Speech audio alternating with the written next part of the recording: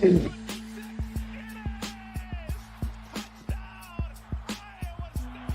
good, holds good, kick on the way by Conrady, end over end, and it is good! Kyle Conrady hit a 54-yard field goal, and Iowa State leads it 20-19! Oh my goodness! Time no see, everybody. Welcome back to the Iowa State Fan Perspective. As always, brought to you by us at Play the Fight Song College Football Show. I'm here with my brother, Justin. Jake, as always. Justin, first of all, I'm not really sure how we actually want to title this because, yes, we're going to give you our live reactions from the college football playoff rankings, the first ones that just got released. Obviously, we're going to talk about Iowa State plenty. It would have been probably more notable had Iowa State not coughed one up at home this weekend to Texas Tech.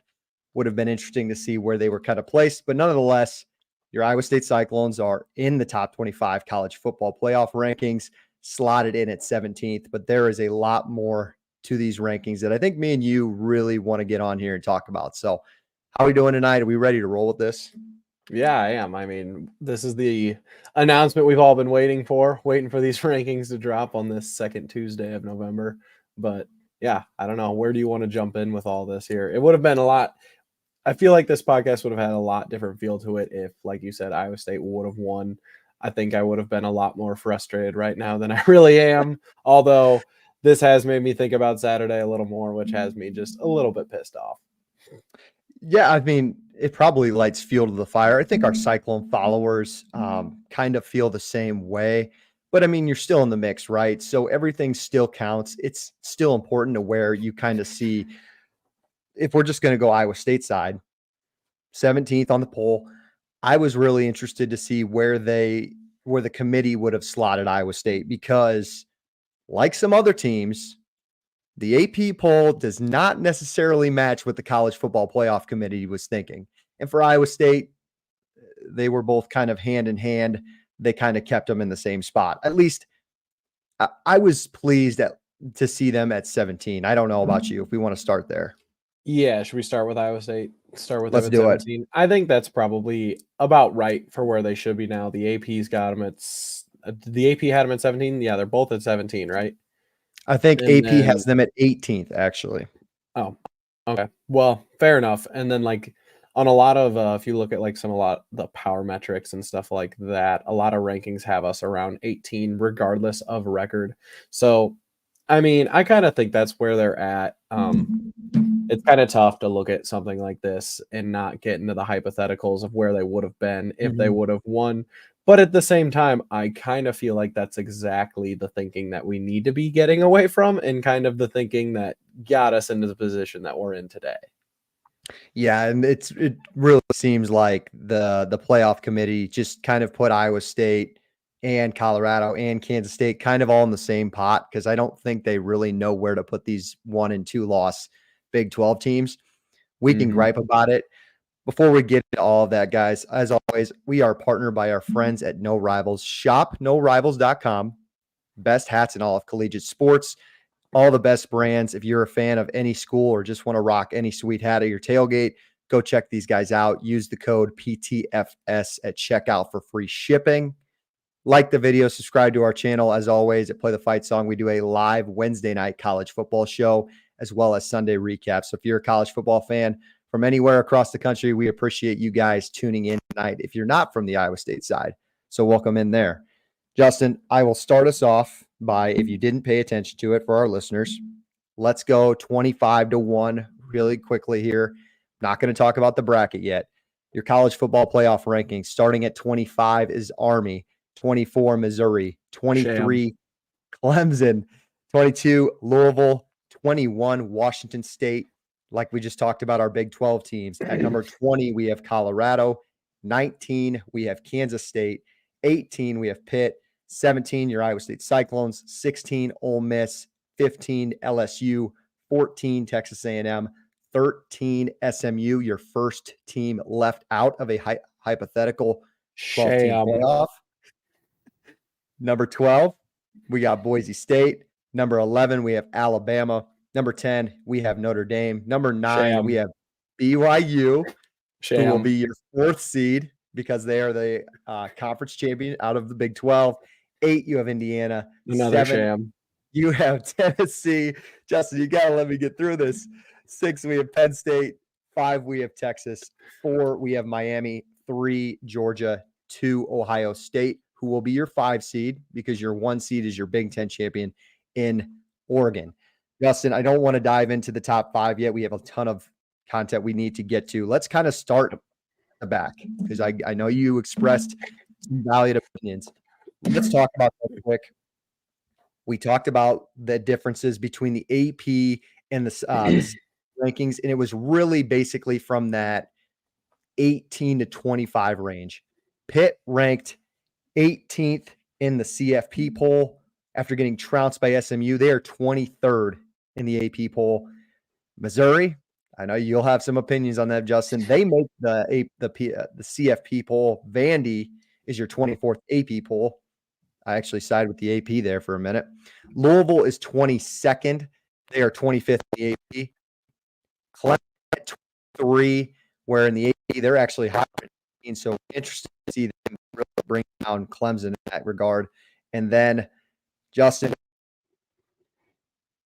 I can really all come together and agree that it is an absolute disgrace that your Army Black Knights are 25th, where they are 18th in the AP poll. So let's start there. Let's go like 20 to 25. Voice your opinions. Probably, I'm guessing you're going to start with Army in Missouri. Yeah, probably. And I mean, right off the bat, it just like, okay, so the one thing that I'll credit Missouri is they beat Vanderbilt. So they're in over them as like a difference to the AP. But if you just look from these rankings from top to bottom, and it's the first thing they touched on when they were talking about it during the show, is they just don't really care who you've beat. It just feels like this whole rankings is based off of who you've lost to and how you've lost, which I guess, yes, should be a criteria, but isn't the point to win the game? It isn't the point to win as many games as possible. And it just feels like they haven't valued that. And I know it's the first rankings, and we need to talk about this before we start because they made a big deal out of it. We're making a big deal out of it. This is not what the final rankings are going to look like. Things are going to change. This is all kind of just stuff for our entertainment. But for me, especially as an Iowa State and a Big 12 fan, it just sucks to see kind of where they're at, because I just feel like you're just behind the 8 ball if you're not a blue blood program. And I know everyone knows that, and that's college sports, but at least in these rankings that don't really matter until the final rankings, you would wish like they would at least throw you a bone for, I don't know, being 8-0.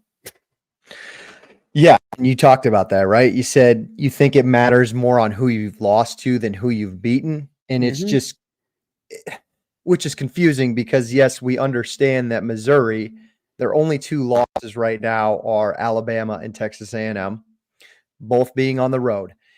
And from a blind resume perspective, you're thinking, okay, yep, you lost to 2 of the top teams in the conferences, 2 top 15 teams.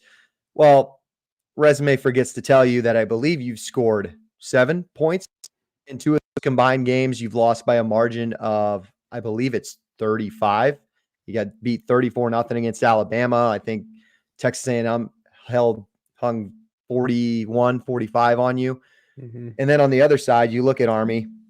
Yes, their strength of schedule is not to the degree of Missouri, but you've won all of your games. You've gone 8-0. You are I was just taking stats today because we're going to cover the North Texas Army game here for Play the Fight Song this week.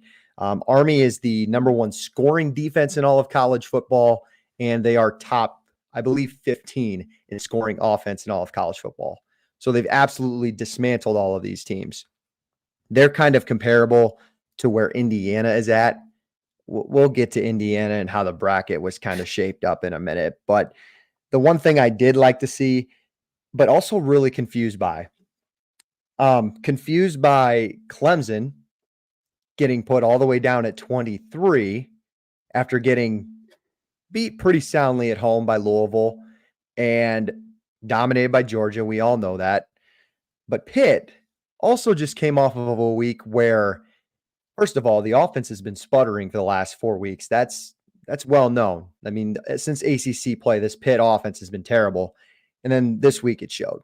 You got beat, I think it was by 40 to SMU Yeah. on the road. It's I just almost don't like understand.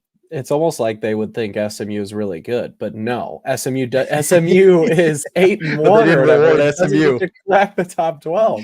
It's the one thing that I could take away from this, and like as I learn, is I mean, these committee members are no different than like guys like you and me basing, and there's a lot of bias in these rankings, and it's just a Yep. lot of recency bias, it's a lot of preseason bias, it's a lot of talent and recruiting bias, and it's just going to be a flawed ranking. And I know everyone used to complain about the 5th and 6th teams being left out. It's going to be even worse this year trying to decide who's 8 through 12, because those teams are going to be even more flawed than we are looking at teams in the top 4. And let's go circle back to Pitt and Clemson. Do you think it's just based on Clemson now has 2 losses and Pitt has 1? Yeah, It I just seems like suppose. it's such a big gap for where Pitt and Clemson should be. To be completely honest with you, I would slot everybody ahead of Pitt that's behind them, and then I would put Pitt probably at 24. I mean, Missouri, we already know. We believe they don't deserve to get in. And I don't really understand that perspective. Granted, in the big scheme of things, those two aren't going to be your ACC champion, but it's interesting to see if Pitt runs the table. Maybe this is the committee's way of saying if Pitt can run the table, miss the ACC title, do they somehow get in? Really kind of interesting to see what the thought process is there, because I I don't think kind Pitt's very good. No, but you got to respect the record. But I almost kind of look at it in another way, where I don't necessarily think Missouri should be in here, and I wish 8-0 Army was higher. But honestly, if you look at number 17 at Iowa State, that's kind of where the rankings differ. So like Yep. 17 to 25, they really rank it as I feel like they should, kind of based off of resume and based off of record. Like there's no reason that 7-1 Pitt should be in front of Iowa State. I think they've had more impressive games. Washington State's up there at 7-1. Just not a very impressive record, but the Big 12 teams are kind of in the similar spots from 17 to 20. But then after that, you have Ole Miss, who is number 16 because rightfully so, they have 2 losses, but a lot of power ratings have them as like a top 8 team in the country. And you can see from there on, I feel like begrudgingly the committee would throw teams like SMU, BYU, and Indiana up there. But after that Iowa State, once you're looking at the top 16, it just feels like it's a talent and blue blood festival. And there's no rhyme or reason to where they're putting the teams. They're kind of just making it up by team as they go. Well, that's interesting, because that's another thing I noted, Justin, was that obviously numerous 2-loss. We want to talk about Iowa State. Numerous 2-loss SEC teams got above Iowa State, which who knows? I mean, power ratings wise, Iowa State is not far behind these teams, but you look at it, right? Who are the 3 teams ahead of Iowa State? Ole Miss, LSU, Texas A&M, all SEC schools with 2 losses. I noted this from the show. Reese Davis kept referring to basically those 3 teams I listed and Alabama as their SEC games for the rest of the year are elimination games. And my question to you, Justin, is do you believe that? Because there's really this cynical part of me that just doesn't believe that even if LSU or Alabama, whichever team loses that one this weekend, they're not out, right? Like they're not completely eliminated. I mean, I think that's the case if the Indianas, the BYUs, the Iowa States, the SMUs keep winning. But if Correct. another one of those teams drops a game, they're going to go towards the SEC, which we've talked about the whole year. I mean, we kind of understand that.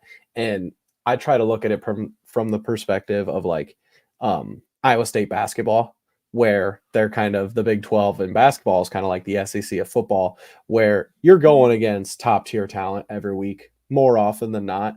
So I understand there needs to be a little bit of the benefit of the doubt there, but at this point in the season, some of these teams just don't have that many quality wins, and you're just throwing them up there because of their names, and it's just kind of ridiculous to me.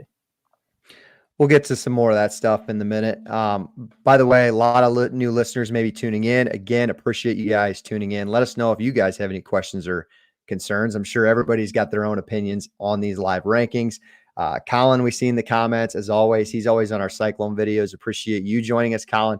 But I want to get to this question, more so comment by Jordan, one of our co-hosts at Play the Fight Song. He says, no one in the Big 12 should care about the rankings. You're winning, you're in. It will be that way for a while. Justin, initial reactions. I know we have a little more bias to our Big 12 love. We understand that, but he's probably referring to Iowa State. It's tough for Colorado and Kansas State right now to make an argument with their 2 losses, especially Kansas State. Just good God, you just can't lose that one this weekend. But who are we to talk? Is that pretty true? You think just at this point, if you're a Big 12 fan, you just got to be worried about winning in Dallas? Yeah, for the most part. I think it would have been a different story if Iowa State would have kept winning. If Iowa State and BYU both would have got to like 11-0, I think it would have been a much different story. And I don't really think the teams in front of them have really kind of deserved that, as I've obviously touched on. But that he's not wrong. That is the state of college football that we're in. But I feel like it's not as much the conference thing when we say Big 12, but it's more of like your reputation thing, because you look at Indiana, who's in the Big 10, and I know they haven't really played many of the good Big 10 schools, but they've just been rolling teams. Like, you can't, I know we're going to get Cover to machine. You cannot. Cover machine. What makes Penn State be able to be ranked higher than Indiana? Like, what? They're just gonna. Their name's Penn State. Why? Well, why is Miami like multiple spots ahead of BYU? It makes no sense. The Miami piece, I think the committee is just getting off easy because obviously Miami is the top remaining ACC team that happens to be unbeaten. So it makes it easy, right? We know we're going to put our top 4 conference winners in. So if they're unbeaten, BYU up there. BYU has a win over SMU and Kansas State are in the rankings. I don't have the stats pulled up to me directly, but how many of these teams have 2 wins over other ranked teams? BYU's got to be one of like maybe 5 teams. I'm not saying you're wrong there. I am not saying you're wrong. Especially, it's funny because how many 1 score or even less than like 5-point wins has Miami had, even compared to a so-said BYU who's taken care of business. Again, Justin, this is actually the last Iowa State point I want to make. And this one, watching the show tonight, a little bit. Watching tonight, I think made the loss on Saturday hurt even just a little more, because here's where my mind went. Alabama's not in the top 12 if Iowa State's undefeated, right? I don't know about that. I hope not, but I don't know if I can confidently say it. Probably not. Iowa State would probably be 11. Boise would Boise has to be in because yes, they'd be the G5 champion. Boise wouldn't be in off of ranking. They'd be in based off of G5. Right now they're in because of both. So Bama would probably be 12, and yeah, you're right. But that would still leave them out. I mean, they can't put them at 12. Yeah, you got to slot Boise in, I guess. Yeah, you're right. I guess you could hypothetically say Alabama could be 12, Boise could have been 13, but they get that 12th seed because of you're correct there, but nonetheless, yes, Iowa State undefeated would technically be knocking out Alabama right now. Yeah, I wonder, they probably would have put Iowa State at 10, Notre Dame at 11. Bama at 12 is probably what they would have did. And then watching Alabama fans go to war with Notre Dame fans because Notre Dame, we haven't even gotten to them yet. Their only losses to Northern Illinois. Yeah, that would have been fun. That would have been fun, and Iowa State would have been the cause of that. But nonetheless, kind of like JP said, especially for Iowa State's case, you just got to keep winning at this point. All right, let's do it. Let's dive into everything for those top 12 or the bracket or whatever you want to call it. I will start off by saying, because I know you've mentioned it a couple of times, and let's just get it out there. Indiana would be, I believe, Justin, the 9th seed because of BYU getting the 4th seed for being the Big 12 champion, which would put them on the road right now at Tennessee. And you think, well, Tennessee's a pretty good football team, right? I agree. I like Tennessee. I think they had a really good defense. I love Sampson. I think that offense is getting better. But guess what? Indiana hasn't done? They haven't lost at Arkansas. You know who Arkansas lost to, Justin? And I'll keep reiterating it until it doesn't become true anymore. Arkansas has lost to the last winless Big 12 team in conference. So I'm not sure if the committee forgot about that since it was in September or whatever that had to do. But you're basically telling Indiana now they have to go on the road to Knoxville, one of the toughest places to play. We know that. Why don't in December, why don't we make Tennessee go up to Bloomington? It's like the committee just doesn't even want to have fun with this. Not let alone talent and what's actually there resume wise. You don't want to see Indiana or Tennessee have to go to Bloomington and play Indiana? Yeah, no, I think that should be the entire point of the 12-team playoff is having matchups like that. If you're going to give more teams a chance, why are we not giving them a real chance? Like, in what has Tennessee or Penn State done this year to make them ranked over Indiana and BYU? And I know BYU is getting the 4 seed anyways, and that was the point they were making on the show that Reese Davis was making, but that's not really the point of the rankings. If you're going to rank all of the teams in order, you should put them in the correct order and not how you see fit. And it just doesn't make any sense to me why an Indiana or BYU, who are both undefeated, would be behind a Penn State and Tennessee teams who have both lost to unranked teams. We'll play good cop, bad cop here. As you're defending Indiana, I think in the committee's eyes, they see Penn State's only loss is at home to Ohio State. But then I'm going to be on your side, Justin. So for right now, you let the football games play out, committee. So why don't you put Indiana at, what was it, 6? I think Penn State was 6 or 7. Yeah. And guess who has to go to Columbus in 2 weeks? Indiana. Exactly. We will see how that plays out. And then that's a common opponent we can compare for Penn State and Indiana. But I mean, like you said, Justin, we just don't want to have fun. We don't want to have a hypothetical in the beginning of November of the thought of Tennessee, or even, I guess, who would be the other, wouldn't it be Notre Dame? Like Indiana would have to host Notre Dame had they been ahead of Penn State, and they would have gotten the 7th seed, because that's the other hypothetical matchup right now is Notre Dame traveling to Penn State. Yep. Awesome game, by the way. We'll get to that little segment at the end. So I wanted to start with Indiana. I have another team on the back of my mind, but I'll let you have the floor, Justin. Is there another team that you're kind of disappointed with where they're at? I guess remaining in that top 14. The top 14. Because I got a couple more. I don't know how. I guess I understand because Penn State's loss is to Oregon and Bama has a win over Georgia. I don't understand how Notre Dame is at 10. I really don't. Why is Notre Dame ahead of SMU? Why is Notre Dame not? Thank you. Because they do this. So they've got Clemson at 20, or they've got Louisville at 22, right in front of Clemson. And then where else did they do it? They've got LSU right in front of Ole Miss at 15 and 16. Why do they not have Notre Dame right in front of A&M at 13 and 14? Because Notre Dame, although they do have a good win against Texas A&M, they've got no really other quality wins. Navy's their other quality win, not quality enough. Louisville at home.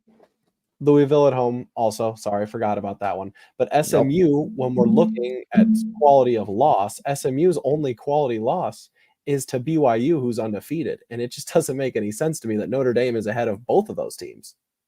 Well, you want to know common opponent, Justin. Fun fact. So Notre Dame beat Louisville at home by 7. SMU went on the road, won by 7 at Louisville.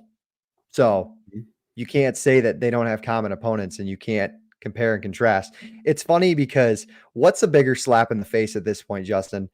The committee devaluing a loss to BYU, or just leaving BYU at number 9 in general? Because one of the final remaining undefeated teams, we obviously know BYU could be higher, but at the same time, it's also a big slap in the face to them that they're like, yeah, SMU, you know, you lost, but it was just BYU and it was at home. And that was so long ago. Like that doesn't, it's not valuable. It's still not as valuable. It's just kind of how funny. The Notre Dame loss was weeks ago, but I guess that doesn't matter anymore either.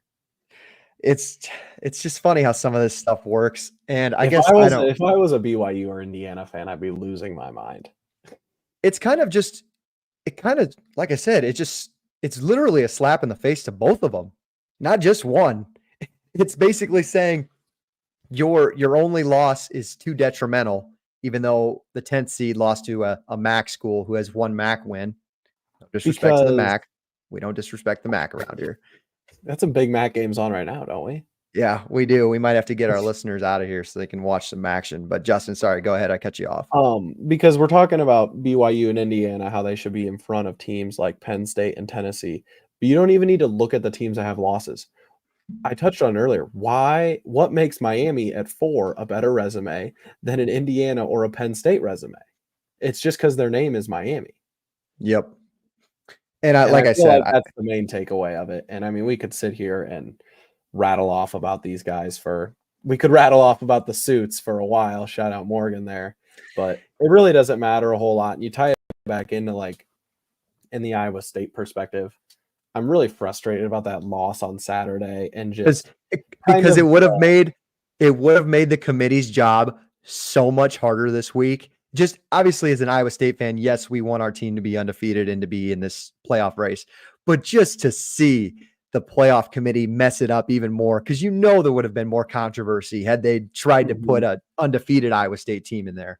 And there's a lot of football left and it's going to play itself out, but I just don't feel like what a lot of these people realize is to teams like Iowa State and Indiana and BYU and SMU is like, I know these rankings don't really matter. And if you keep winning games, that's what matters is the result on the field.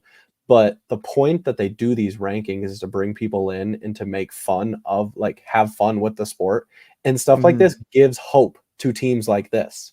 And when you consistently like bash on like these smaller schools and the less known, for a minute. You still hear me? All right. While Justin maybe gets himself back here. I found you back, Justin. You're good. Got me? Yep, I got you now. We missed you in the middle of your rant. Yeah, you look like you're going on a great rant. But finish up. You were talking about hope is where we had you finishing up at. Yeah, because that's just kind of the point of these fun things is to give fans and to give teams hope is the point of all this. And it's just like one of those things I was thinking about as I was leaving the game on Saturday is like Iowa State fans weren't mad. They were just like really sad at the time because the hope of that 12-0 season and the hope that everyone was getting that, oh, this Iowa State team is going to make the playoff and so on and so forth. Like that's like a hope that a lot of Iowa State fans and a lot of these fan bases have never experienced before.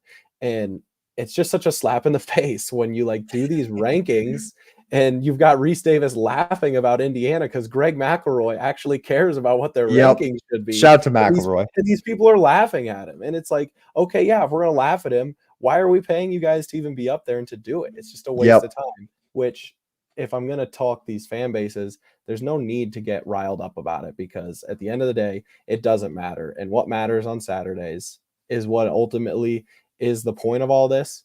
So you just got to keep winning. To JP's point, to Morgan's point, to all of it. I mean, we can get riled up about it all we want.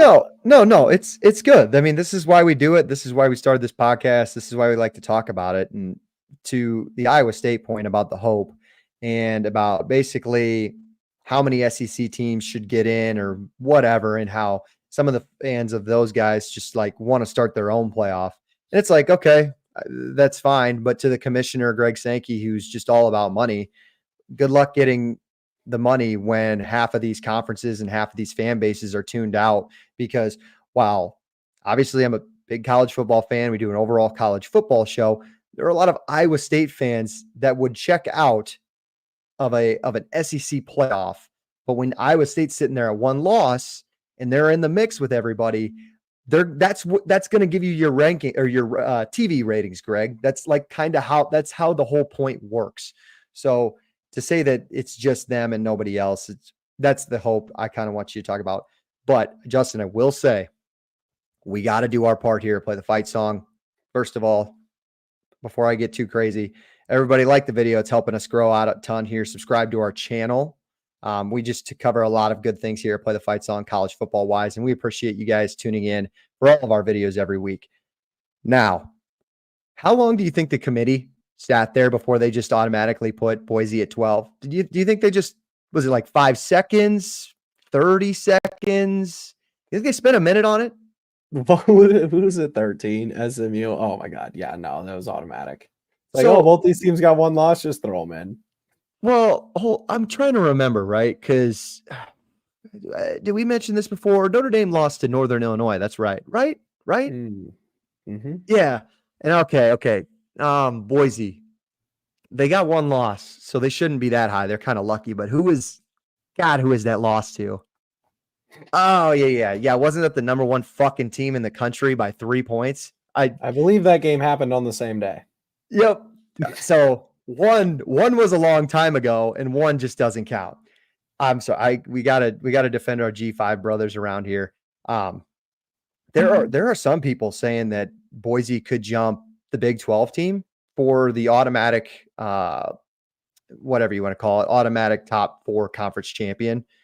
And to be honest with you, Justin, if I'll say it here on an Iowa State podcast, if Iowa State runs the table and beats maybe BYU and they're sitting there at 12-1, I wouldn't be upset if you put Boise over Iowa State. I think Boise's deserved it. Maybe Iowa State has like a better win at Iowa probably than Boise does maybe on their resume. I think UNLV on the road's a really good win for them. But if a 3-point loss to the number 1 team in the country is their only loss, resume-wise, I think that's better than Iowa State. I have to be like a little bit of the middleman here. So you agree with the committee on ranking losses over wins, because in that scenario, Iowa State would have a win on the road at Iowa, who by the end of the year will be in the top 25. They would have a win over BYU, who is a top 10 team. They would have a win against Kansas State, who's a top 25 team. And then they would also have wins against Cincinnati, who's going to make a bowl, West Virginia, who's probably going to make a bowl. I don't know how you could say Boise State's got the better resume when I understand their one loss was against Oregon and you can't fault them for having a bad schedule. But at the same time, that's the thinking. That's what infuriates me is it seems like more often people are ranking losses against wins now. Sure. Okay. I try to go bigger picture, the whole thing, but yes, that's why I bring you on here, Justin, with your insight. At that point, yeah, assuming BYU's probably undefeated if they played BYU in the title game, that win at Iowa. Also, JP's probably not listening anymore. You really think Iowa's going to be in the top 25 by the end of the year? I mean, they weren't even. I don't even know if they got AP votes this weekend. I feel like they don't really play. I mean, I don't want to say they don't play anybody, but they're fine. Do they? I mean, they will probably be around 24 by the end of the year. I feel like if they went out, you're probably right. 9-3, them losing another game. Look at where Nebraska's at. Who else they play? Northwestern, Nebraska, and someone else. I think they played Minnesota already. I don't know. That's enough Iowa talk for this podcast. Yeah, good point. UCLA. So to your credit, no, I don't value losses more than wins. It's an overall scheme of things, and I guess the way I see it right now, Boise's ahead of Iowa State. That Oregon loss is the only thing on the top of my mind. Yeah, I mean, they did beat though. They trounced a number 20 ranked Washington State at home by 30. Iowa State has not done that yet. Iowa State's won close games, good games, but to this point, Iowa State hasn't really dominated any really good teams yet. We haven't played Kansas State at home yet, so that's true. Justin, like you said, the games have yet to be played.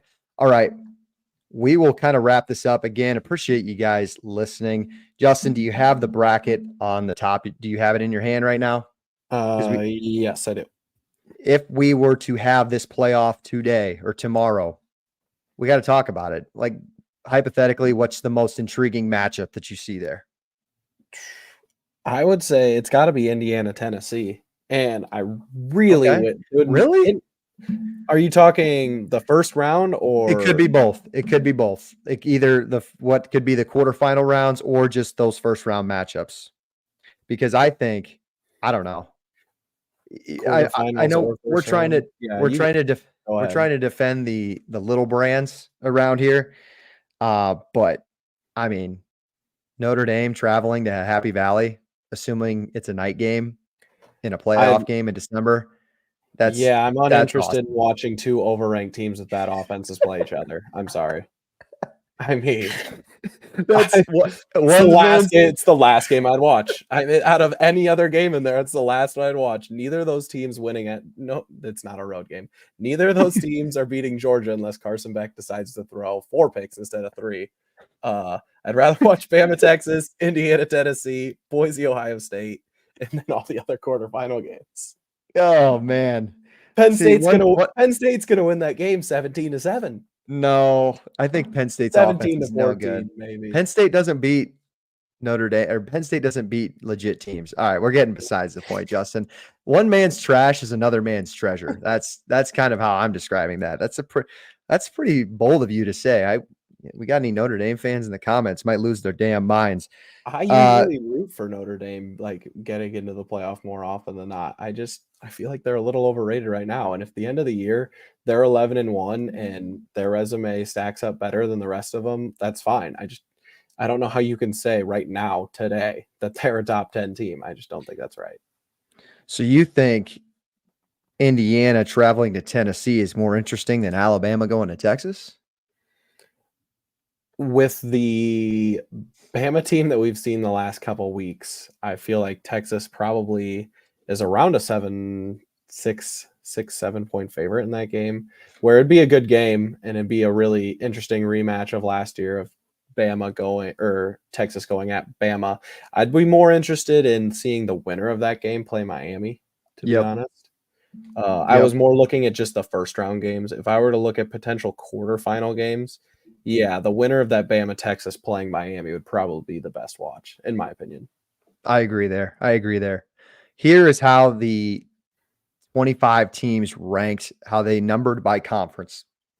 Of course, I believe I counted these right. I'm sorry if I didn't. SEC has 8 teams in the top 25. The Big Ten, strangely enough, they have 4. Look at that. Big 12 has 4. And then the ACC actually has 5, which is kind of insane. And then 4 others fill in on the top of my head: Army, Notre Dame, Wazoo, and I don't know. I'm forgetting somebody in there, but besides the point. So it's really interesting to kind of see that. Justin, you said it though. Like at the end of this conversation, like it is still the beginning of November. The games still have to be played, and I mean there's huge ones this weekend, right? Georgia has Ole Miss, LSU, Alabama, again Indiana, Ohio State in a couple of weeks. Notre Dame still has to play Army and on the road at USC. Like there's just a lot of games in here that will really shake this up before we do get kind of our feathers all ruffled up. But I mean, this is the Iowa State show. This is the Iowa State fan perspective. At the end of the day, Justin, you just gotta keep winning games. Like that's plain and simple. And it starts this weekend. That's kind of where I wanted to close this out, Justin. I know any other Iowa State fans in this chat, our Kansas preview is out, our Texas Tech recap where Justin and I covered that game. So go back on our channel and check that out. Justin, we didn't really get into the Kansas game a ton just because I don't think there's really that much thoughts, but do you have any other overall thoughts heading into Saturday for Iowa State before we kind of close this out? Not too many thoughts on Saturday. I've been trying to go back and watch a little bit of Saturday's game and listen to some coverage of that. And I keep tuning it out just because it makes me too mad just by how sloppy they looked. I mean, I listen to the Cyclone Fanatic podcast a lot with Williams and Bloom. And one of the things that Williams kept touching on that made me a little nervous is we really haven't shown much improvement the last couple of weeks. And that scares me a lot. I know we're talking playoff here, and there's a couple Big 12 teams behind us, like seeing us talk about playoff. Like, who are we to talk about this? Still such a long way to go. And they're right. I mean, Iowa State's got a big slate ahead of them. Not many teams. The only team that you're going to see on there is Kansas State, but still a lot of really good teams. And if Iowa State doesn't start to turn it around and start to show a little improvement, I think they're in for a long November. But on the bright side of things, if you look at some of the teams in front of them, I don't think Iowa State's too far off of some of those as well. Yeah. And I'll show Colin's comment here for those on the YouTube. Basically said if Iowa State plays another close one with Kansas this weekend, they'll probably get bounced back even a little bit, a couple of rankings, or maybe they'll just stay there at 17, 18. And definitely tend to agree. Justin, you said it. William said it. Shout out to those guys. Iowa State right now, since West Virginia, has not been getting better. At least to this point, it doesn't look like the product is better on the field. And you're going to be in some trouble because you are only a 3-point favorite at Kansas.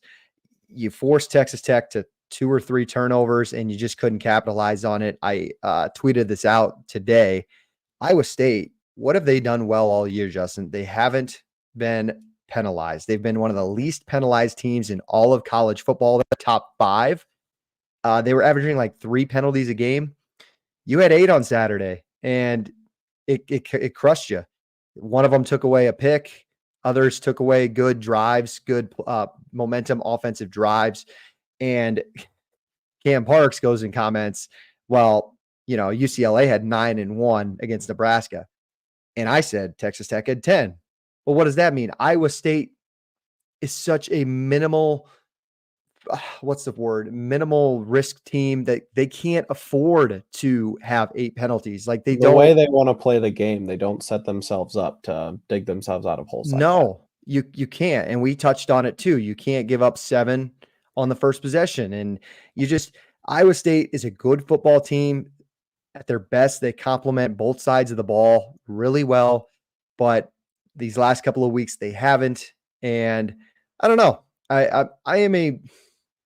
What are you more concerned on for Saturday? I don't want to get too negative here, but is it offense or defensively for Saturday? It's got to be offense. I still trust our defense. I mean, defense only given up 17 points to that really good Texas Tech offense going in that last drive. And that was just a tough position to be in with 2 minutes left and them kind of spreading us out. I do think teams are starting to key in on the middle of the field on our defense, but I feel like that's a lot easier problem to fix than the middle of our offense. Honestly, I feel like we know how good Higgins and Knoll are, and we've had really good runs to the outside too. But if we can't start getting some runs and some passes into the middle of the field, finesse teams like that aren't going to go very far. Long story short. No, I completely agree. Yeah, we'll put a ball on that. We appreciate everyone tuning in. A big one on Saturday for Iowa State. Justin, we had a lot of people join in on this. This was a lot of fun. I don't know. Maybe we'll do this again next week. Maybe we'll do it in a couple of weeks. We got to maybe just wait and see how Iowa State plays their season. And if they keep winning, where the committee will see them. And then let's get another win. I don't think this would be very fun to see if Iowa State loses again and maybe they'll drop out of the polls. I was going to say they might drop out, honestly, if Iowa State loses on Saturday. So we'll play it by year and maybe we will get another one of these live reactions in a week or so. But that was a lot of fun. Justin, appreciate you tuning on. Guys, before we head out of here, again, like the video, helps us grow a ton. We appreciate you guys tuning in. Subscribe to our channel. If you're here and you're just a well-known college football fan, live Wednesday episode tomorrow night where Justin, myself, and some of our other co-hosts will highlight the entire landscape as we have another big week of college football on hand. Justin and I, no matter what, win or lose, we'll be back next week to recap the Kansas game and to preview Cincinnati, where I will be back in Jack Trice Stadium. Me and Justin will get back together. Band gets back together. We will be very excited. All right. That's it for us tonight. Appreciate you guys tuning in. We will see you guys tomorrow. And as always, I know it's a live reaction show, college football playoff ranking show, but it's an Iowa State show. Go Cyclones.